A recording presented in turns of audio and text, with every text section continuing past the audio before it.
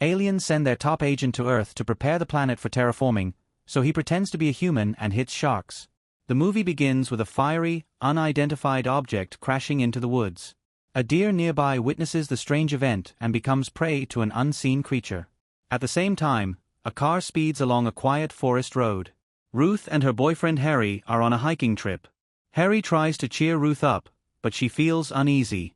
From their conversation, we learn Ruth prefers surfing and feels strangely anxious in the forest.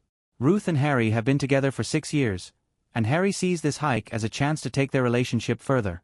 They stop at a roadside diner for one last civilized breakfast. Things seem normal as Ruth reads a guidebook about the park's plants and animals. But a boy, likely the child of a worker, interrupts their meal to awkwardly mention the fallen meteorite. His words make Ruth even more nervous, but Harry convinces her to keep going. They head deeper into the impressive forest. However, after the red object fell, the forest doesn't feel so friendly. Should travelers worry about meteorites? Harry distracts Ruth with stories of his first kiss and promises to keep her safe. At their campsite, he cooks dinner while Ruth struggles to set up the tent. Harry eventually helps her finish it. Later, Ruth gets up at night to use the bathroom and is scared by something in the woods. She thinks she sees a deer, but Harry reassures her they're common and curious. In the morning, Harry takes Ruth to a cliff with a breathtaking view. He expresses his feelings and proposes, but Ruth, emotionally unstable, has a panic attack. The girl eats pills while Harry looks for a place for himself, struggling with failure. Ruth's mild mental disorder is the second main character of the film after nature.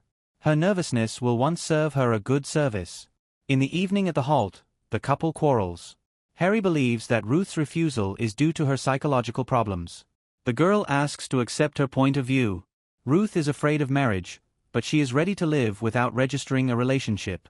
Harry believes that Ruth's parents' divorce and the girl's inability to accept the help of a psychologist are to blame. Fortunately, they do not burn all the bridges, but simply go to bed. In the morning, Ruth finds a note. Harry went for a walk. The girl decides to call her doctor, but there is no connection. In search of a place where you can call, the girl leaves the camp, and even dials the clinic number, but does not find the strength to speak.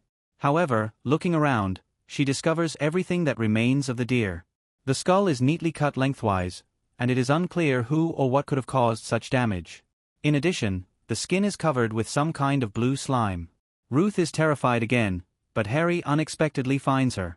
The guy calms the girl down, examines the remains, and in the evening at the halt, shows in the reference book the disease of the deer, trying to finally calm his nervous girlfriend. The conversation again comes to the topic of marriage, and it seems that the couple is concluding a temporary truce. In the morning, Harry prepares breakfast, and Ruth goes into the forest on her business, but suddenly finds a small grotto. On the floor, the girl's attention is drawn to the already familiar blue slime. Ruth sees something and turns around. Meanwhile, Harry eats alone, glancing at his watch. Soon the young man goes in search, and his efforts are quickly rewarded with success. Ruth stands in the forest, calm, but alien. After some time the couple stops for the night, and already at night Harry wakes up alone in the tent.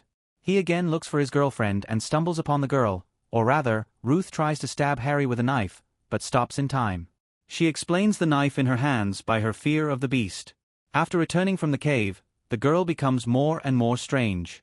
She no longer sleeps, and in the morning when Harry talks about his prospects, he does not react to his words. The guy is ready to despair, but then she agrees to marry, only makes the condition that he must repeat his proposal on the cliff.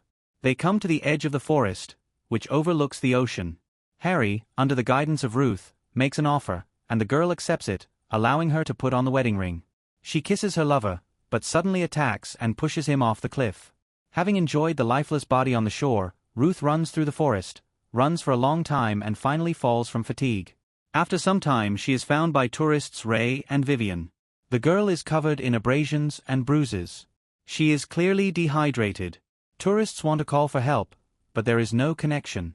After giving the girl a drink, they invite her to join them at the halt. Ruth portrays amnesia, saying that she does not remember how she got into the forest and what she is doing here. The tourists are no longer happy with the unexpected meeting, but decide to continue trying to solve the riddle of the stranger. Vivian tries to talk to Ruth, but it's all in vain. The girl only watches the knife that the couple has. Finally, the tourists decide to look for a way to get in touch with help. While they agree, Ruth manages to get hold of the knife. Ray and Vivian think that she will now attack them when suddenly Harry appears. Since his death, he has changed a lot and it seems that his body has been possessed by some kind of entity. Harry quickly deals with Ray and follows the girls. Having lured Vivian, he wounds the poor woman, and he gives Ruth an ultimatum that he will kill Vivian if she doesn't come up. However, he does not keep his promise.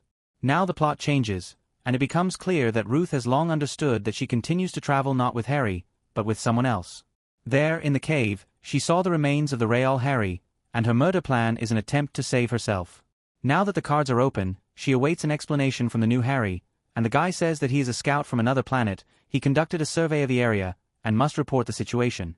However, Ruth will not find out how it all ends, because she must die. But Harry quickly realizes that he cannot kill her, because the body he captured has very tender feelings for Ruth. And while the scout realizes his new emotions, Ruth runs away.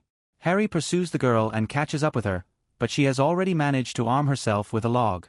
The stranger continues to explain his condition, and the girl, seeing that it will not be possible to hide, goes with him to the beach. There, Harry shows his ship and Ruth notices sharks near the shore.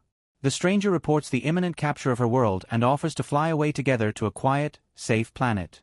The girl agrees and then, seizing the moment, stabs Harry with a knife and lures him into the water. The shark comes on a bloody trail and attacks the stranger. Ruth runs again. Meanwhile, Harry manages to get ashore, defeating the sharks. The girl somehow finds the camp of Ray and Vivian, the tent and things are in place, but Ray's hand also lies where he lost it in a fight with a stranger. Ruth again surrenders to a panic attack, eats the last pill and falls into the hands of Harry, or rather tentacles. The alien traps Ruth in a cocoon inside a cave. It plans to take over Harry's body and replace Ruth in her life. The creature delivers a deep philosophical speech about love. Slowly, it transforms into Ruth's exact copy, and she appears to have given up. But when she sees her own reflection, she suddenly recalls all her flaws, warning the imposter of what lies ahead. She describes her fears, pains, and struggles that come with her identity. With raw emotion, she vents her hatred for her own vulnerability in a harsh world. The alien unexpectedly experiences a panic attack, and its magic pills are gone. Ruth tricks it by pretending to sympathize, freeing herself from the cocoon. She deceives the creature and attacks it, believing her injuries will be fatal. Ruth escapes the forest and gets into a car. But how can we be sure she's the real Ruth? After all, the alien now looks just like her. It's simple. The real Ruth put on her jacket when leaving the cave.